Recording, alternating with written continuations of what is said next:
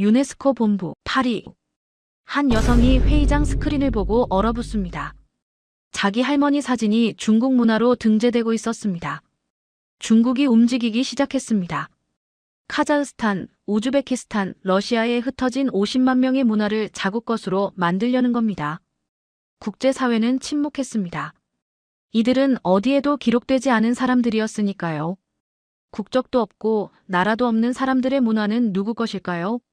중국은 답을 내놓았습니다. 우리 거라고요. 그리고 그건 합법적이었습니다. 그러자 한 통역사가 카메라를 들었습니다. 1년간 4개국을 돌며 1200장의 사진을 모았습니다. 그리고 1년 뒤 같은 회의장에 다시 섰습니다. 이번엔 통역사가 아니라 증인으로요. 지금부터 아무도 몰랐던 50만 명의 전쟁이 시작됩니다. 구독과 좋아요는 영상 제작에 큰 힘이 됩니다. 안녕하세요. 저는 알마 김입니다. 34살이고 카자흐스탄 알마티에서 태어나 자랐어요. 직업은 통역사입니다. 주로 국제회의에서 한국어와 러시아어, 영어를 동시에 통역하는 일을 하죠. 오늘은 제가 경험한 이야기를 들려드리려고 합니다. 2023년 11월, 저는 파리 유네스코 본부로 향했습니다. 무형문화유산 심의회가 열리는 날이었어요. 첫 번째 유네스코 회의였기에 긴장했습니다. 회의장에 들어서자 각국 대표단들이 자리를 잡고 있었습니다. 중국 대표단은 앞쪽 테이블에, 한국 대표단은 그 옆에 앉아 있었어요. 저는 통역부스로 올라가 헤드셋을 착용했습니다. 오전 10시 의장이 망치를 두드리며 회의를 시작했죠. 세 번째 안건이었습니다. 중국 대표가 일어나 발표를 시작했어요. 조선족의 민속문화를 중국의 무형문화유산으로 등재하겠다는 내용이었습니다. 저는 평소처럼 그의 말을 영어와 한국어로 옮기기 시작했죠. 그런데 화면에 띄워진 자료 사진을 보는 순간 손이 멈췄습니다. 그 사진 속에는 할머니가 계셨어요. 아니, 정확히는 우리 할머니와 똑같은 옷을 입고 똑같은 춤을 추는 할머니들이었습니다. 배경도 낯익었어요. 카자흐스탄 크지로르다의 고려인 마을 같았거든요. 하지만 화면 하단에는 중국 길림성이라고 적혀 있었습니다. 저는 통역을 계속하면서도 자꾸 그 이미지가 신경 쓰였어요. 다음 슬라이드에서는 아리랑을 부르는 할머니들의 모습이 나왔습니다. 그 노래, 저도 알았어요. 어릴 적 할머니가 불러주시던 바로 그 곡조였죠. 그런데 자막에는 중국 조선족 전통가요라고 나와 있었습니다. 발표가 끝나고 휴식 시간이 왔어요. 저는 부스에서 내려와 중국 대표단 쪽으로 걸어갔습니다. 제출된 자료집을 한부 받아들었죠. 페이지를 넘기며 사진들을 하나씩 살펴봤어요. 명절 음식 사진, 전통 의상 사진, 춤과 노래 장면들. 이상했습니다. 분명 제가 알고 있는 것과는 다른 곳에서 찍힌 사진들이 섞여 있었어요. 특히 한 장의 사진이 눈에 들어왔습니다. 넓은 들판에서 여러 가족이 모여 식사하는 모습이었죠. 뒤쪽에 보이는 간판에는 러시아어가 적혀 있었어요. 그건 중국이 아니었습니다. 우즈베키스탄이나 카자흐스탄 어딘가였죠. 오후 회의가 재개됐습니다. 저는 통역을 하면서도 계속 그 자료집이 마음에 걸렸어요. 한국 대표단이 질문을 던졌습니다. 제출된 자료 중 일부가 중국 영토 밖에서 촬영된 것으로 보이는데 이에 대한 설명을 요청한다는 내용이었죠. 중국 대표는 침착하게 답변했습니다. 조선족은 중국 소수민족이며 그들의 문화는 당연히 중국 문화라고요. 일부 조선족이 중앙아시아로 이주했지만 그들 역시 원래는 중국에서 살던 사람들의 후손이라는 설명이었어요. 그 순간 제 머릿속이 복잡해졌습니다. 저는 그리고 제 가족은 누구인가요? 할아버지는 1937년에 연해주에서 카자흐스탄으로 강제 이주당했다고 하셨어요. 그때 그분은 5살이었죠. 우리 집안은 중국과는 아무 관계가 없었습니다. 그런데 지금 저는 우리 문화가 중국 문화로 분류되는 것을 통역하고 있었어요. 회의가 끝나고 호텔로 돌아왔습니다. 저는 침대에 앉아 오랫동안 생각에 잠겼어요. 어쩌면 이건 그냥 제가 모르는 부분일 수도 있다고 전문가들이 알아서 정리할 문제라고 스스로를 달랬습니다. 하지만 잠이 오지 않았어요. 새벽 2시, 저는 일어나 노트북을 켰습니다. 고려인이라는 단어를 검색했죠. 화면에는 수많은 정보가 떴어요. 러시아, 카자흐스탄, 우즈베키스탄, 키르기스스탄에 흩어져 사는 우리 같은 사람들. 조선에서 연해주로 그리고 중앙아시아 전역으로 뿔뿔이 흩어진 사람들의 이야기였습니다. 그제야 깨달았어요. 우리에게는 이름이 있었습니다. 고려인. 조선족이 아니라 고려인. 같은 뿌리를 가졌을지 몰라도 전혀 다른 역사를 살아온 사람들이었죠. 다음 날 아침, 저는 결심했습니다. 이 문제를 그냥 넘길 수 없다고요. 통역사로서가 아니라 한 사람의 고려인으로서 무언가를 해야 한다고 생각했어요. 하지만 어디서부터 시작해야 할지 막막했습니다. 회의가 끝난 뒤에도 저는 파리에 머물렀습니다. 호텔방에서 고려인에 대한 자료를 찾아봤어요. 검색 결과는 놀라웠습니다. 고려인은 현재 약 50만 명이 러시아, 카자흐스탄, 우즈베키스탄, 키르기스스탄에 흩어져 살고 있었죠. 1937년 스탈린의 명령으로 17만 명이 화물 열차에 실려 중앙아시아로 보내졌다는 기록도 있었습니다. 저는 알마티에 계신 할머니께 전화를 걸었어요. 할머니, 우리 집안 이야기 좀 들려주세요. 할머니는 천천히 말씀하셨습니다. 우리 아버지, 그러니까 내 증조할아버지는 1910년대 함경도에서 연해주로 건너가셨단다. 일본 사람들이 조선을 차지하고 나서 살기 힘들어서였지. 그럼 거기서 계속 사셨어요? 아니, 1937년에 갑자기 기차에 태워졌어. 나는 그때 3살이었으니 기억은 잘 안 나지만 우리 어머니 말씀으론 10월이었는데 너무 추웠다고 하셨어. 화물칸에 수십 가족이 실렸는데 어디로 가는지도 몰랐대. 할머니 목소리가 떨렸어요. 기차가 며칠을 달려 도착한 곳이 카자흐스탄이었어.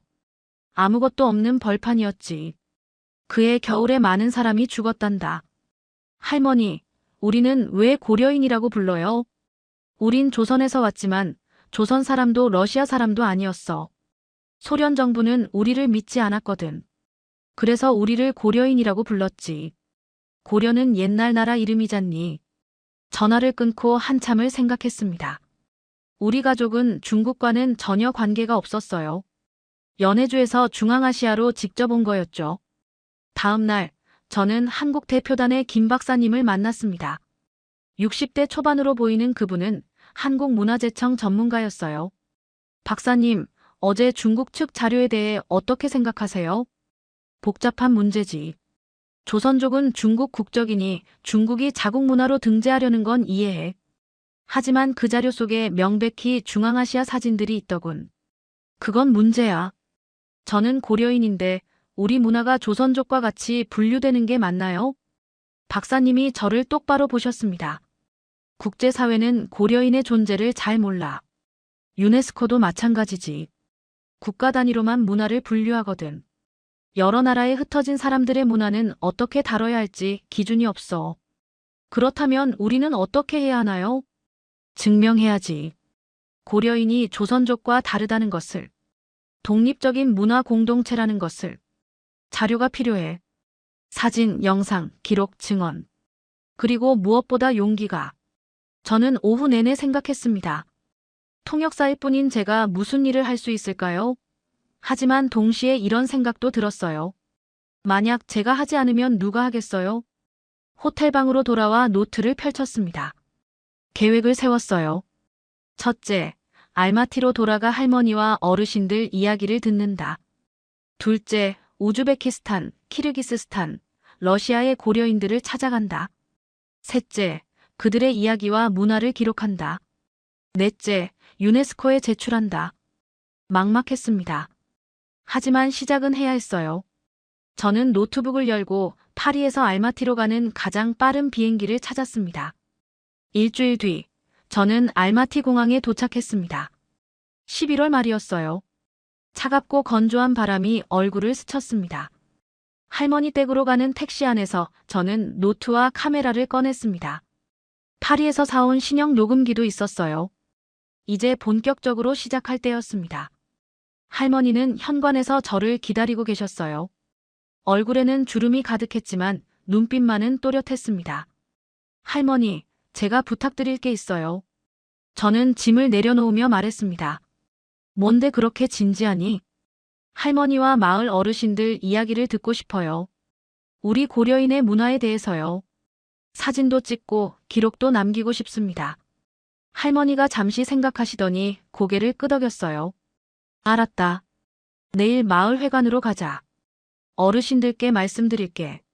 다음 날 오후 저는 할머니와 함께 크지로르다 마을 회관으로 갔습니다. 벌써 5명의 어르신이 앉아 계셨어요. 70대부터 90대까지 다양했죠. 이 아이가 내 손녀 알마야. 할머니가 소개하셨어요. 파리에서 일하는 통역사인데 우리 이야기를 듣고 싶다는구나. 어르신들이 고개를 끄덕이며 저를 바라보셨습니다. 저는 인사를 드린 뒤 조심스럽게 질문을 시작했어요. 어르신들께서 기억하시는 가장 오래된 명절 풍경이 어떤 건가요? 한 할아버지가 먼저 입을 여셨습니다. 85세의 박할아버지였어요. 추석이었지. 내가 10살 때쯤이었나. 1948년이었어. 마을 사람들이 모두 모여서 큰 상을 차렸지. 그때는 쌀이 귀했는데도 떡을 만들었어. 어떤 떡이요? 송편은 못 만들었어. 쌀가루는 있었지만 송편 만드는 법을 아는 사람이 없었거든. 그래서 그냥 둥글게 빚어서 쪘어. 우리는 그걸 인절미라고 불렀지. 저는 메모를 하며 물었습니다. 그럼 조선에서 하던 방식과는 달랐나요? 당연하지. 박할아버지가 웃으셨어요. 우리는 1937년에 왔잖아. 그때 온 사람들 중에 요리를 잘하는 사람도 별로 없었고, 다들 농사 짓는 사람들이었거든. 그래서 기억나는 대로 할 수 있는 대로 했지. 다른 할머니가 거들었습니다. 우리 음식은 러시아 음식하고도 섞였어. 보르시에 고춧가루 넣고 김치에 비트 넣기도 하고. 재료가 다르니까 어쩔 수 없었지. 저는 카메라를 꺼내 사진을 찍어도 되냐고 여쭤봤어요. 어르신들이 허락하셨습니다. 플래시가 터질 때마다 얼굴에 미소가 번졌어요. 노래는 어떠세요? 제가 물었습니다. 어떤 노래를 부르셨어요? 아리랑이지. 한 할머니가 말씀하셨어요. 근데 우리가 부르는 아리랑은 조금 달라. 러시아 말이 섞여 있거든. 부르실 수 있으세요? 할머니는 잠시 망설이시더니 노래를 부르기 시작하셨습니다. 아리랑 아리랑 아라리요. 멜로디는 제가 아는 아리랑이었지만 중간중간 러시아어 가사가 들어갔어요. 저는 녹음기를 켰습니다. 노래가 끝나자 다른 어르신들도 하나둘 따라 부르기 시작했어요. 마을회관이 노랫소리로 가득 찼습니다. 저는 그 순간을 놓치지 않으려고 카메라 셔터를 눌렀죠. 이 시간 동안 저는 계속 질문하고 기록했습니다. 결혼식 풍습, 돌잔치 방식, 장례 절차까지. 모든 것이 한국이나 중국 조선족과는 조금씩 달랐어요. 세월과 환경이 만든 독특한 문화였습니다. 집으로 돌아오는 길에 할머니가 말씀하셨어요. 알마야, 내가 왜 이런 걸 기록하는지 이제 알겠구나. 네. 우리는 조선 사람도 아니고 중국 사람도 아니야. 러시아 사람도 카자흐스탄 사람도 아니지. 우리는 그냥 고려인이야. 그걸 보여주고 싶은 거지. 저는 고개를 끄덕였습니다. 맞아요, 할머니. 우리는 우리예요. 그날 밤 저는 오늘 찍은 사진과 녹음 파일을 정리했습니다. 100장이 넘는 사진, 3시간 분량의 음성 파일. 이건 시작에 불과했어요. 노트북을 열고 다음 일정을 짰습니다. 첫 번째 목적지는 우즈베키스탄 타슈켄트. 거기에 가장 큰 고려인 공동체가 있다고 들었거든요. 항공권을 예약하며 생각했어요. 이제 돌아갈 수 없는 길이구나. 12월 첫째 주 저는 타슈켄트에 도착했습니다. 우즈베키스탄의 수도는 알마티보다 훨씬 크고 복잡했어요. 저는 미리 연락해둔 고려인 문화센터로 향했습니다. 문화센터는 도심에서 조금 떨어진 2층짜리 건물이었어요. 센터장인 류 선생님이 반겨주셨습니다. 알마티에서 전화 주신 분이시죠? 네, 알마 김입니다. 고려인 문화를 기록하고 싶어서 왔어요. 류 선생님은 저를 2층 자료실로 안내했습니다. 벽면 가득 책장이 있었고 오래된 사진들이 액자에 담겨 걸려 있었어요. 1940년대부터 지금까지의 기록이었습니다. 우리 센터는 1991년에 만들어졌어요. 류 선생님이 설명했습니다. 소련이 무너진 직후였죠. 그때부터 고려인 역사를 모으기 시작했습니다. 저는 사진들을 하나씩 살펴봤어요. 벼농사를 짓는 사람들, 집단 농장에서 일하는 모습, 학교에서 공부하는 아이들. 모든 사진 속 사람들은 한국인처럼 보였지만 배경은 명백히 중앙아시아였습니다. 특히 한 장의 사진이 눈에 들어왔어요. 1956년에 찍힌 것으로 큰 공연장에서 수백 명이 모여 있는 모습이었습니다. 무대 위에는 한복을 입은 사람들이 춤을 추고 있었죠. 이건 뭔가요? 저는 물었습니다. 고려극장의 공연이에요. 류 선생님이 답했습니다. 1932년에 만들어진 극장인데 처음엔 연해주에 있었어요. 1937년 이주 때 함께 카자흐스탄으로 왔고 나중에 여기 타슈켄트로 옮겼죠. 지금도 운영되고 있습니다. 저는 흥분했어요. 극장이 아직도 있다고요? 물론이죠. 내일 가보실래요? 다음 날 오전, 저는 고려극장을 방문했습니다. 중심가에 있는 오래된 건물이었어요. 안으로 들어가니 무대 위에서 배우들이 연습 중이었습니다. 한국 전통 춤을 추고 있었는데 음악은 한국 가락과 러시아 민요가 섞인 듯한 독특한 멜로디였어요. 연습이 끝나고 저는 주연 배우인 한 선생님과 이야기를 나눴습니다. 60대 중반의 그분은 이 극장에서 40년 넘게 일했다고 했어요. 우리 레퍼토리는 한국 전통극도 있지만 고려인만의 창작극도 많아요. 한 선생님이 말했습니다. 1937년 이주의 고통, 중앙아시아에서의 정착, 새로운 땅에서 살아남기. 이런 이야기들이죠. 저는 허락을 받고 그날 오후 공연을 촬영했습니다. 2시간짜리 공연이었는데 러시아어와 한국어가 섞여 나왔어요. 관객석에는 고려인뿐 아니라 우즈베크인, 러시아인도 앉아 있었습니다. 공연이 끝난 뒤 저는 배우들과 함께 저녁을 먹었어요. 그들은 고려인 음식점으로 저를 데려갔습니다. 메뉴판을 보니 신기했어요. 김치, 된장찌개, 비빔밥 같은 한국 음식 이름이 있었지만 실제 나온 음식은 조금 달랐습니다. 김치에는 고춧가루뿐 아니라 향신료가 들어가 있었고 된장찌개는 토마토가 들어가 있었어요. 비빔밥에는 중앙아시아 향신료인 제라가 뿌려져 있었죠. 이게 우리 방식이에요. 한 배우가 웃으며 말했습니다. 한국 음식을 기억하려 했지만 재료가 달랐으니까요. 그래서 우리만의 맛이 생긴 거죠. 저는 며칠간 타슈켄트에 머물며 더 많은 사람을 만났습니다. 고려인 학교 교사, 농장 운영자, 사업가, 예술가. 모두가 자신들은 한국인도 러시아인도 아닌 고려인이라고 했어요. 특히 인상 깊었던 건 80세 할아버지의 증언이었습니다. 그분은 1937년 이주 당시 태어난 세대였어요. 우리 부모님은 조선말을 했지만 우리는 러시아말로 자랐어요. 학교에서 러시아어를 배웠거든요. 하지만 집에서는 한국 음식을 먹고 한국 명절을 지켰죠. 우리는 두 세계 사이에 있었습니다. 저는 그 말이 정확하다고 느꼈어요. 고려인은 정말 두 세계, 아니 여러 세계 사이에 있었습니다. 한국의 뿌리, 러시아의 언어, 중앙아시아의 땅. 그 모든 것이 섞여 새로운 정체성을 만든 거였죠. 일주일 뒤 저는 타슈켄트를 떠났습니다.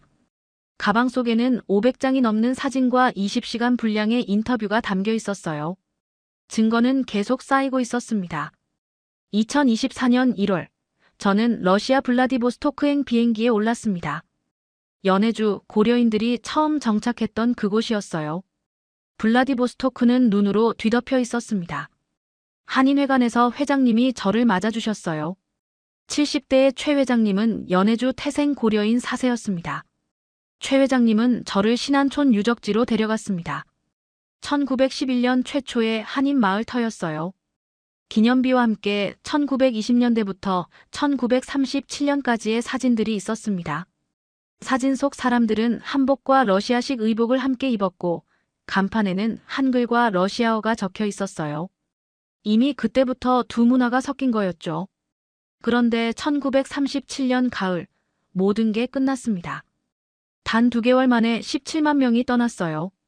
저는 며칠간 블라디보스토크에서 자료를 모았습니다. 옛 신문, 학교 명부, 증명서들. 모든 문서에 고려인이라는 표기가 있었어요. 일주일 뒤 모스크바로 향했습니다. 호텔에서 이메일을 확인하는데 중국문화유산연구소로부터 경고 메시지가 와 있었어요. 제 활동을 추적하고 있으며 유네스코 회의에서 혼란을 야기하지 말라는 내용이었습니다. 저는 손이 떨렸습니다. 하지만 이건 제 작업이 의미 있다는 증거이기도 했어요. 다음 날 저는 모스크바 고려인 협회를 방문했습니다. 협회장인 박 선생님께 그 이메일을 보여드렸어요. 선생님은 놀라지 않으셨습니다. 예상했던 일입니다. 중국은 조선족 문화를 자국 문화로 확립하려고 애쓰고 있거든요. 거기에 고려인까지 포함하면 더 큰 명분이 생기는 거죠. 하지만 우리는 다르잖아요. 물론입니다. 박 선생님이 고개를 끄덕였어요. 조선족은 중국에서 태어나 중국 땅에서 살아온 사람들입니다. 우리는 러시아 땅에서 중앙아시아에서 살았고요. 역사도 언어도 문화도 다르게 발전했습니다. 그날 저녁 모스크바 한인 식당에서 여러 고려인을 만났습니다. 한 분은 1960년대 이주한 할머니로 당시 일기장을 보여주셨어요. 일기에는 러시아어와 한국어가 섞여 있었습니다. 한국어 어순에 러시아어 단어를 섞은 독특한 문법이었죠. 조선족이 쓰는 중국어 섞인 한국어와는 완전히 달랐습니다. 2월 초 저는 마지막 목적지인 키르기스스탄으로 향했습니다. 비슈케크의 고려인들은 더 흩어져 살고 있었어요. 한 마을에서 할아버지가 오래된 나무 상자를 건네주셨습니다. 1940년대 편지들이었어요. 카자흐스탄, 우즈베키스탄에 있는 가족과 친구들에게 주고받은 손글씨 한글 편지였습니다. 우리는 서로 떨어져 살았지만 계속 연락했습니다. 우리는 하나의 공동체였어요. 저는 깨달았습니다. 고려인은 국경을 넘어 연결된 사람들이었어요. 땅은 달랐지만 같은 정체성을 공유했습니다. 2월 말, 저는 알마티로 돌아왔습니다. 가방에는 1000장이 넘는 사진과 50시간 분량의 인터뷰, 수백 장의 문서가 들어있었어요. 이제 보고서를 만들 차례였습니다. 3월부터 저는 본격적으로 보고서 작성에 들어갔습니다. 알마티 아파트 거실이 작업실이 되었어요. 벽에는 지도를 붙이고 각 지역 자료를 정리했습니다. 가장 먼저 한 일은 사진 분류였습니다. 1200장이 넘는 사진을 연대별, 지역별로 나눴어요. 각 시기마다 명확한 문화적 특징이 보였습니다. 특히 주목한 건 언어였습니다. 고려인들이 쓰는 한국어에는 러시아어 문법이 들어가 있었어요. 조선족의 중국어식 한국어와는 완전히 다른 체계였습니다. 조선족은 중국어 어순의 영향을 받지만 고려인은 러시아어 구조를 적용했어요. 같은 뿌리지만 100년간 다른 언어로 진화한 겁니다. 음식 문화도 마찬가지였습니다. 조선족의 김치는 중국 재료를 쓰지만 고려인은 러시아 배추에 비트나 양배추를 섞었어요. 같은 이름이지만 다른 음식이었죠. 4월 중순, 저는 파리의 김 박사님께 이메일을 보냈습니다. 지금까지 수집한 자료를 요약해서 보내드렸죠. 다음 날 박사님께서 전화를 주셨어요. 놀랍습니다. 이 정도 자료라면 유네스코에 제출할 수 있어요. 하지만 형식을 갖춰야 합니다. 학술 보고서 양식으로 만들어야 해요. 박사님은 보고서 구성을 제안해 주셨습니다. 첫째, 고려인의 역사적 배경. 둘째, 조선족과의 차이점. 셋째, 독립적 문화 공동체로서의 증거. 넷째, 국제사회의 인정 필요성. 다섯째, 문화 보존 방안. 저는 매일 10시간 이상 컴퓨터 앞에 앉아 보고서를 작성했습니다. 100페이지가 넘는 문서였어요. 영어로도 번역해야 했기에 전문 번역가의 도움을 받았습니다. 5월 초 보고서 초안이 완성됐습니다. 하지만 문제가 있었어요. 유네스코에 공식 제출하려면 국가 또는 공인된 문화단체의 승인이 필요했습니다. 저는 개인이었고 고려인은 특정 국가에 속하지 않았죠. 며칠간 고민하다가 답을 찾았습니다. 카자흐스탄, 우즈베키스탄, 러시아, 키르기스스탄의 고려인 협회들에게 연락한 거예요. 네 나라의 고려인 단체가 공동으로 서명하면 되지 않을까 생각했습니다. 각 나라의 협회장님들께 제 보고서를 보냈어요. 일주일 뒤 답장이 오기 시작했습니다. 모두 긍정적이었습니다. 카자흐스탄 협회장님은 이렇게 썼어요. 우리가 기다리던 바로 그 작업입니다. 전폭 지지합니다. 5월 말 저는 네 나라를 다시 방문해 각 협회에서 공식 서명을 받았습니다. 알마티, 타슈켄트, 모스크바, 비슈케크. 2주 만에 네 도시를 돌았어요. 마지막 서명을 받은 건 비슈케크였어요. 협회장님이 서명하시며 말씀하셨습니다. 알마 씨, 당신이 우리 모두를 대표하고 있어요. 부담스럽겠지만 우리는 당신을 믿습니다. 그 말이 무거웠습니다. 이건 더 이상 제 개인적인 프로젝트가 아니었어요. 50만 고려인 전체를 대변하는 일이 되어버렸죠. 6월 첫째 주 저는 최종 보고서를 완성했습니다. 150페이지 분량이었어요. 유네스코 무형문화유산 사무국에 이메일을 보냈습니다. 제목은 고려인 문화공동체 인정 요청서. 제출 버튼을 누르는 순간 손이 떨렸습니다. 화면에 전송 완료 메시지가 떴어요. 며칠 뒤 사무국에서 답장이 왔습니다. 접수되었으며 11월 심의회에서 검토하겠다는 내용이었어요. 그날 저녁 할머니께 전화를 드렸습니다. 할머니, 제출했어요. 잘했다, 알마야. 결과가 어떻게 되든 내가 한 일은 이미 큰 의미가 있단다. 저는 창밖을 바라보며 생각했습니다. 정말 끝난 걸까요? 11월이 왔습니다. 저는 다시 파리로 향했어요. 이번엔 통역사가 아니라 증인으로였습니다. 회의실에 들어가자 각국 대표단이 자리 잡고 있었습니다. 중국 대표단은 작년보다 인원이 많았어요. 의장이 회의를 시작했습니다. 오늘의 주요 안건 중 하나가 바로 제 보고서였어요. 중국의 조선족 문화유산 등재건과 함께 검토된다고 했습니다. 먼저 중국 대표가 발표했습니다. 조선족은 중국 소수민족이며 그들의 문화는 중국 문화의 일부라고 주장했어요. 이번엔 중앙아시아 사진들이 빠져 있었습니다. 제 보고서를 의식한 거였죠. 발표가 끝나고 질의응답 시간이 왔습니다. 프랑스 대표가 손을 들었어요. 고려인 공동체 보고서와 관련해 중국 측 입장을 듣고 싶습니다.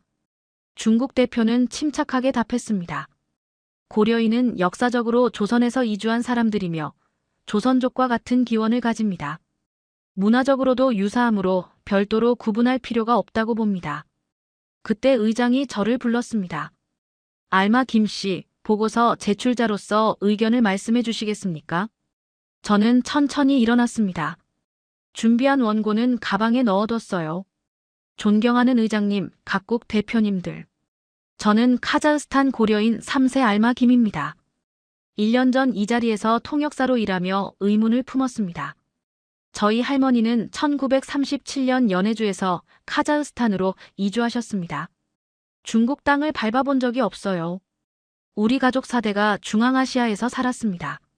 화면에 제가 준비한 사진을 띄웠습니다. 할머니의 사진, 고려인 마을, 고려극장, 신안촌 유적지. 조선족과 고려인은 뿌리는 같을지 모릅니다. 하지만 100년간 완전히 다른 환경에서 살았어요. 조선족은 중국 땅에서 중국어와 함께 살았고 고려인은 러시아 땅에서 러시아어와 함께 살았습니다. 우리는 다른 음식을 먹고 다른 언어를 쓰고 다른 문화를 발전시켰어요. 다음 슬라이드에는 언어 비교 자료를 보여줬습니다. 같은 단어도 조선족과 고려인이 다르게 쓰는 예시들이었죠. 더 중요한 건 정체성입니다. 조선족은 스스로를 중국인으로 여깁니다. 하지만 고려인은 어느 한 나라에도 속하지 않아요. 우리는 카자흐스탄인도, 러시아인도, 우즈베크인도 아닙니다. 우리는 그냥 고려인이에요. 중국 대표가 손을 들었습니다. 발언권을 요청한 거였어요. 김 씨의 개인적 경험은 존중합니다. 하지만 문화 분류는 객관적 기준이 필요합니다. 고려인도 결국 조선 반도에서 기원한 민족이므로 조선족 문화의 일부로 볼 수 있습니다. 저는 바로 답했습니다. 그렇다면 미국의 이탈리아계 미국인은 이탈리아 문화로 분류되어야 하나요? 브라질의 일본계 브라질인은 일본 문화로 분류되어야 합니까? 이민과 정착은 새로운 문화를 만듭니다. 고려인은 100년간 독립적으로 발전한 공동체입니다. 회의실에서 웅성거림이 들렸어요. 몇몇 대표들이 고개를 끄덕였습니다. 독일 대표가 질문했습니다. 고려인 공동체는 몇 개국에 걸쳐 있습니까? 네 나라입니다. 카자흐스탄, 우즈베키스탄, 러시아, 키르기스스탄. 각국의 고려인 협회가 공동으로 이 보고서에 서명했습니다. 그렇다면 이건 단일 국가의 문화가 아니라 초국가적 문화 공동체로 봐야 하지 않나요? 정확합니다. 저는 답했습니다. 그게 바로 유네스코가 인정해야 할 이유입니다. 우리는 국경을 넘어선 문화 공동체예요. 의장이 시간을 확인했습니다. 오늘 결론을 내리긴 어렵겠습니다. 내일 오후에 재논의하겠습니다. 회의가 끝나고 저는 자리에 주저앉았습니다. 김 박사님이 다가왔어요. 잘했어요. 내일이 결정적일 겁니다. 그날 밤 저는 잠을 이룰 수 없었습니다. 다음 날 오후 2시 회의가 재개됐습니다. 저는 긴장한 채 자리에 앉아 있었어요. 의장이 입을 열었습니다. 어제 논의에 이어 오늘은 전문가 패널의 의견을 듣겠습니다. 유네스코 문화 전문가 3명이 차례로 발표했어요. 첫 번째 전문가는 프랑스 인류학자였습니다. 그는 고려인 공동체의 독특성을 인정했습니다. 100년간의 분리된 역사는 충분히 별도의 문화 정체성을 형성할 수 있다고요. 두 번째 전문가는 언어학자였습니다. 그녀는 제가 제출한 언어 자료를 분석한 결과를 발표했어요. 고려인의 언어는 조선족과 명백히 다른 발전 경로를 보인다고 했습니다. 세 번째는 문화재 전문가였습니다. 그는 초국가적 문화 공동체의 중요성을 강조했어요.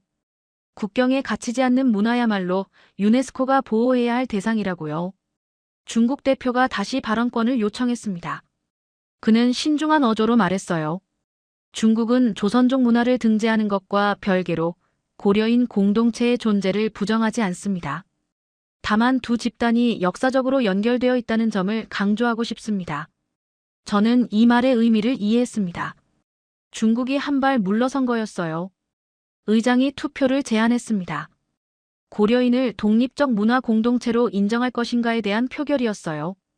찬성 32표, 반대 5표, 기권 8표.